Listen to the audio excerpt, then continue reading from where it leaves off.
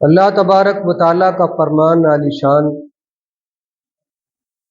30ویں سپارے میں اللہ نے ارشاد فرمایا وَأَمَّا مَنْ خَافَ مَقَامَ رَبِّهِ وَنَهَى النَّفْسَ عَنِ الْهَوَىٰ، وہ جو لوگ اللہ کے سامنے کھڑے ہونے سے ڈرے،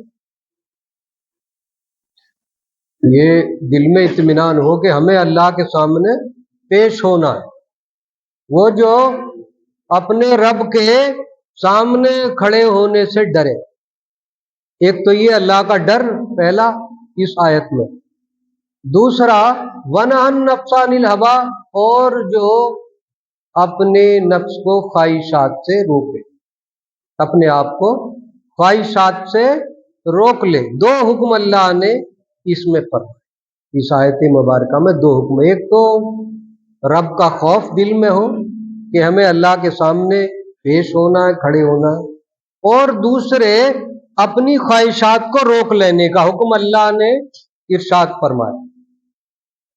دو حکموں کے بدلے میں اللہ نے وعدہ کیا کیا ہے، یہ تو حکم فرما دیے، وعدہ فرمایا اللہ نے فَإِنَّ الْجَنَّةَ هِيَ الْمَأْوَىٰ، بس ہم اس کو جنت میں مہمان ٹھہرائیں گے۔ دنیا کی چھوٹی سی زندگی میں جو اپنے رب سے ڈر جائے اور اپنے خواہشات کو روک لے تو اللہ جنت میں مہمان ٹھہرانے کا وعدہ کرتا ہے، اور وعد اللہ حقاً، اللہ کا وعدہ حق ہوا کرتا ہے، اس میں شک نہیں۔ لا ریب ہے، یہ تو کلام ہے، لا ریب اس میں شک نہیں۔ نفس، اللہ تبارک و تعالیٰ نے قرآن پاک میں نفس امارہ کا بھی ذکر فرمایا ہے، جو انسان کے اندر ہوتے ہیں، وما ابرئ نفسی ان النفس لامارۃ بالسوء، نفس امارہ برائی کی دعوت دیتا ہے، سوء میں کہتے ہیں برائی، گناہ کی دعوت، گناہ کی طرف لے جاتا ہے۔ اور نفس مطمئنہ اللہ نے 30ویں سپارے میں ارشاد فرمایا یا ایھا النفس المطمئنہ، اے نفس مطمئنہ، اطمینان والی جان۔ نفس مطمئنہ، ایک نفس مطمئنہ جو اللہ کو پسند ہے، اطمینان ہو جاتا ہے اللہ کی ہر ایک بات پر، اللہ کے رسول کی بات پر اسے اطمینان ہو جاتا ہے، تو اسے نفس مطمئنہ کہا ہے اللہ تبارک و تعالیٰ۔ تو وہ تو لوٹ جا اپنے رب کی جانب کہ وہ تجھ سے راضی اور تو اس سے راضی، تو یہ تو ہے نفس مطمئنہ۔ ایک ہے نفس امارہ جو کہ شیطان کا داؤ ہے، نفس امارہ شیطان کا داؤ ہے، بالسوء برائی کی طرف کو لے جاتا ہے، اور ان الشیطان للانسان عدو مبین، بے شک شیطان انسان کا کھلا ہوا دشمن ہے۔ تو ایک تو دشمن ہے جو اپنی جانب کو لے جا رہا ہے، ایک رب جو ارحم الراحمین ہے تمہیں جنت میں مہمان ٹھہرانے کا وعدہ کر رہا ہے۔ برائی کی جانب کو میں جو ہے اپنے نوجوان ساتھیوں سے، جو ہمارے بچے ہیں، نوجوان ہیں، انہیں خطاب کر کے یہ بات کہوں گا کہ آپ کی زندگی ہے، اور اللہ تبارک و تعالیٰ کو وہ نوجوان بڑا پسند ہے جو رب کی بارگاہ میں کھڑا ہوتا ہے، جو نماز پڑھتا ہے، رب کی بارگاہ میں کھڑا ہوتا ہے، اس کی تسبیح تحلیل بیان کرتا ہے، تو اللہ تبارک و تعالیٰ کو بڑا پسند ہے۔ سرکار مصطفیٰ صلی اللہ تعالی وسلم نے عرش الہی کے سائے میں قیامت کے دن جس 7 طرح کے لوگوں کا ذکر فرمایا، ان میں ایک یہ بھی ہے کہ نوجوان جو نوجوانی میں اللہ کی عبادت کرے تو اللہ کو وہ بڑا پسند ہے، اور عرش الہی میں اسے سایہ ملے، یعنی عرش کے سائے میں جگہ ملے۔ تو یہ چاہیے، ضرور چاہیے ہمارے نوجوانوں کو، یہ میں آپ سب سے بتا دوں کہ سرکار مصطفیٰ صلی اللہ تعالی علیہ وسلم نے جب دعوت دی اسلام کی تو سب نوجوان ایمان لائے، سرکار کی بات کو نوجوانوں نے مانا۔ سب سے زیادہ عمر والے جو تھے وہ حضرت امیر حمزہ رضی اللہ تعالیٰ عنہ تھے، سرکار کے چچا، سرکار سے 1 سال بڑے تھے، 41 سال کے، جو کہ سب سے زیادہ عمر والوں میں تھے، ایمان لانے والوں۔ حضرت صدیق اکبر کی عمر 38 سال تھی، سدا ساتھ رہے، اتنی جانثاری، ہر جگہ جانثاری، مگر ان کے والد محترم حضرت ابو قحافہ کبھی ایمان لائے جب کہ فتح مکہ ہو گیا۔ تو बूढ़ों की बात तो ऐसी है, जो कैसेट भर गई तो वो भर गई, बड़ी मेहनत से वो कैसेट खाली होती है, मगर ये नौजवानों का दिल कोरा कागज हुआ करता है, अल्लाह की बात का असर एकदम हो जाया करता है। इसलिए चाहिए कि अपने दिलों पर अल्लाह के रसूल सरकार मदीना सल्लल्लाहु ताला अलैहि वसल्लम की मोहब्बत को नक्श करें और ढूंढ ढूंढ कर एक एक सुन्नत को अदा करने की कोशिश करें, तो फिर ये दुनिया भी हसीन होगी और आखिरत भी हसीन, आखिरत भी हसीन होगी, ये समझ लो।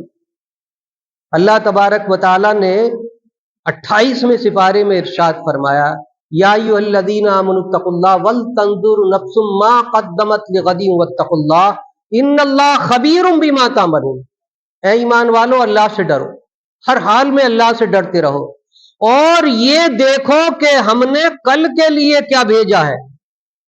कल अगली जिंदगी जो आलम बरज़ख में पेश आने वाली है, आलम क़यामत में हमें खड़ा होना है, तो कल के लिए हमने क्या भेजा है ये जरा देखो। अल्लाह ने हुक्म फरमाया, वल तंजुर, देखो, नफ्सुम्मा कद्दमत लिगद, कल को क्या भेजा, ये हुक्म है अल्लाह तबारक। सोचना चाहिए अपने बारे में कि हमें इस दुनिया में से जाना है। तो नौजवान की तौबा अल्लाह को पसंद है, और बूढ़े जो बूढ़े हैं उनकी आंखों से जब आंसू का कतरा खौफ इलाही में निकलता है, तो अल्लाह तबारक व ताला को हया आती है और फौरन ही उसके गुनाहों को माफ फरमा देता है। बूढ़ों की आंखों में से आंसू निकले हैं, अभी एक एक कतरा निकले हैं, मगर अल्लाह की रहमत को जोश आ जाता है कि बूढ़े चेहरे पर, सफेद दाढ़ी पर आंसू के कतरे गिरते हैं, तो अल्लाह तबारक व ताला उसके तमाम गुनाहों को माफ कर दे। तौबा करके तो देखो, हर वक्त तौबा का दरवाजा खुला हुआ है, किसी वक्त भी जब तौबा करता है इंसान, तो अल्लाह की रहमत को जोश आता है, सो माफ फरमा दिया जाता है। प्यारे आका सरकार मदीना सल्लल्लाहु ताला अलैहि वसल्लम के गुलामों की शान देखो कि उन्होंने अपने ख्वाहिशात को किस तरह रोका है, किस तरह सरकार मुस्तफ़ा सल्लल्लाहु ताला अलैहि वसल्लम की सुन्नतों को अमल में लाए हैं, सुन्नतों पर अमल पैरा होकर। पिछले जुमे को कहा था, वो हजरत फारूक आजम रज़ी अल्लाह ताला अन्हु की एक हदीस पाक सुनाने से रह गई थी, वक्त पूरा हो गया था, आज वो हदीस पाक सुन लो। हजरत फारूक आजम रज़ी अल्लाह ताला अन्हु सरकार के दूसरे खलीफा हुए। पहले खलीफा हजरत सिद्दीक अकबर और दूसरे खलीफा हजरत फारूक आजम। आपके दौर में ही ईरान फतेह हुआ। ईरान उस वक्त सुपर पावर और बहुत मालदार हुकूमत थी, उसका खजाना आकर के मस्जिद नबी में ढेर हो गया, हीरे जवाहरात ढेर लग गए, यहां तक कि गुर्बत साहबा इकराम की दूर हो गई और सब मालदार हो। हजरत फारूक आजम इमाम थे, नायब रसूल थे, खलीफा थे। जुमे की नमाज में आने में देर हो गई, नमाज पढ़ाने आने में देर हो गई, मस्जिद नबी खचाखच भरी हुई थी। इंतजार करते करते, वो साहबा इकराम का जमाना था, बर्दाश्त कर लेते। आज तो अगर 2 मिनट भी ओवर हो जाए ना, तो यूं करके इशारे होने लगे, यूं। ये बिदत की पैरवी, बिदत की पैरवी। घड़ी नहीं थी उस वक्त, आज घड़ी आई है तो आज नई बातों की पैरवी करते, बिदत की पैरवी करते। बहुत देर हो गई, आए हजरत फारूक आजम, तो हजरत अबू अय्यूब अंसारी रज़ी अल्लाह ताला अन्हु हक बात कहने में साहबा इकराम चूका नहीं करते थे, बैठे थे, सामने ही बैठे थे। कहा, क्या बात भाई, खलीफा बन गए तो फिर तुम अपने घर में ही बैठे रहोगे, इतनी देर कर दी है, तमाम मस्जिद भरी हुई है। तो बुरा नहीं माना। आज तो दरबार कोई कह दो ना, तो बुराई के मारे ठिकाने नहीं, दिल में एकदम से गुफर गुफर भरी, मगर बुरा नहीं माना। हजरत फारूक आजम ने कहा, मैं माजरत चाहता हूं, बड़ी आजिज़ी इंकिसारी के साथ में। आधी दुनिया के बादशाह, आजिज़ी इंकिसारी देखिए, ये दीन है मुसलमानों, ये इस्लाम है। आजिज़ी इंकिसारी, माजरत चाहता हूं, देर हो गई है। देर अपने आप नहीं हुई, बल्कि ये देख लो, ये कुर्ता अभी तक गीला है। अपना कुर्ता दिखा करके कहा, देखो, एक ही कुर्ता है, एक ही कुर्ता है, वो धोने के लिए डाल दिया था, सूखा नहीं, सूखने में देर हो गई, जब पहनने के कुछ काबिल हुआ, अभी तक गीला है, देखो मैं पहन के चला है, इसलिए देर हो गई, ये मैं माजरत चाहूं। आज दिन के सारी देखिए, बात पता चल गई क्या हुआ।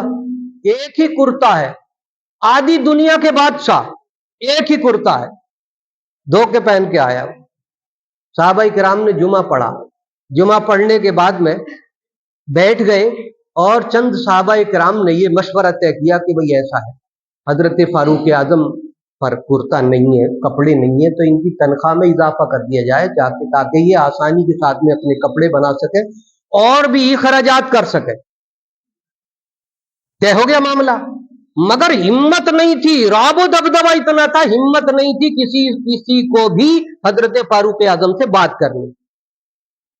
मामला तय हुआ, कौन कहे तो हजरत मौला अली वही कह सकते हैं, शहंशाह विलायत है, वही कह सकते हैं।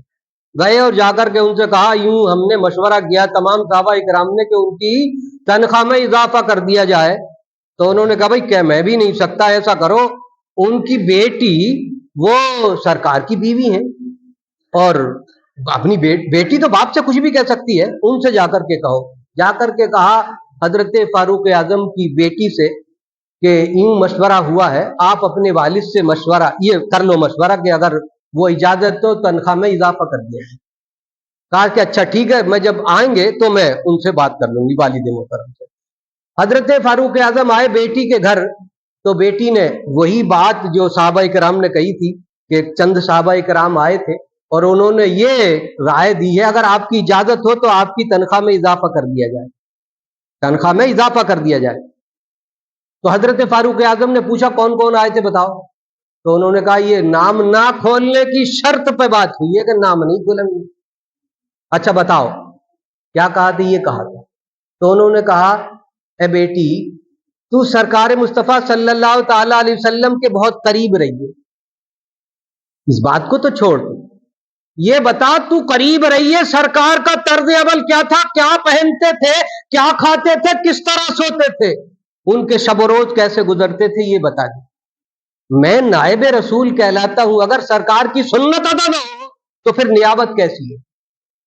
तो हजरत हफ्सा रजी अल्लाह ताला अन्हा सरकार की बीवी हजरत फारूक आजम की बेटी, वो अपने संदूक में से कपड़ों में से एक निकाल के लाई, कपड़ा सरकार का कुर्ता गेरुए रंग का। ये देवबंदियों की फदाइल अमाल किताब है, देवबंदियों की फदाइल अमाल किताब है, उसमें भी ये लिखा हुआ गेरुआ रंग। कैसा गेरुए रंग का कुर्ता सरकार का लाई निकाल के दिखाया कि ये सरकार पहना करती। कैसा कुर्ता, गेरुए रंग का। सुन्नत हो गई। क्या कैसे सोते थे, तो दुताई दिखा दी, दुताई दिखा दी कि इसे आदि को बिछा लिया करते थे, आदि को इसी को ओढ़ लिया करते थे। क्या खाते थे, कभी तरकारी यानी सब्जी मयसर होती थी, कभी यूं ही जो है सिरके से और शहद से खा लिया करते थे, एक वक्त खा लिया करते थे। तो वो ये खाने का तरीका बताया, सोने का बताया, पहनने का बताया। तो हजरत सरकार मुस्तफा सल्लल्लाहु ताला अलैहि वसल्लम की इन बातों को सुनकर हजरत फारूक आजम की आंखों से आंसू जारी हो गए।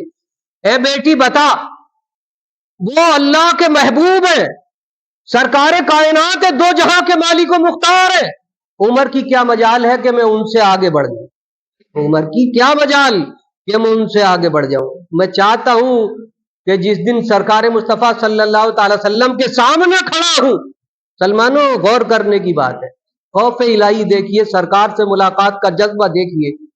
यही बात तो है कि डरे आदमी के मैं कहां खड़ा हूं, सर अल्लाह के सामने, अल्लाह के रसूल के सामने खड़ा होना है। तो वो कह रहे हैं कि जिस दिन मैं खड़ा हूं उस दिन मेरी आंखें शर्म से नीचे ना हो कि उमर मेरे बाद में तुमने क्या किया, अपने अमल को बदल दिया। आंखों से आंसू जारी, रोते चले जा रहे, रोते चले जा रहे। हजरत फारूक आदि दुनिया के बादशाह, जिनके दबदबे से खौफ से सलमानो कैसरे रूम यानी रूम के बादशाह भी अपने महलों में बैठे कांपा करते थे, कांपा करते थे। सुन्नत मुस्तफा सल्लल्लाहु अलैहि वसल्लम का इतना लिहाज। मस्जिद नबी की आपके दौर में तामीर हुई तो गारा बना रहे थे, खलीफतुल मुस्लिमीन होते हुए गारा बना रहे थे। मिस्र की मतलब अमीर मिस्र ने एक रुक्का लेकर के मिस्र के सफीर को भेज दिया।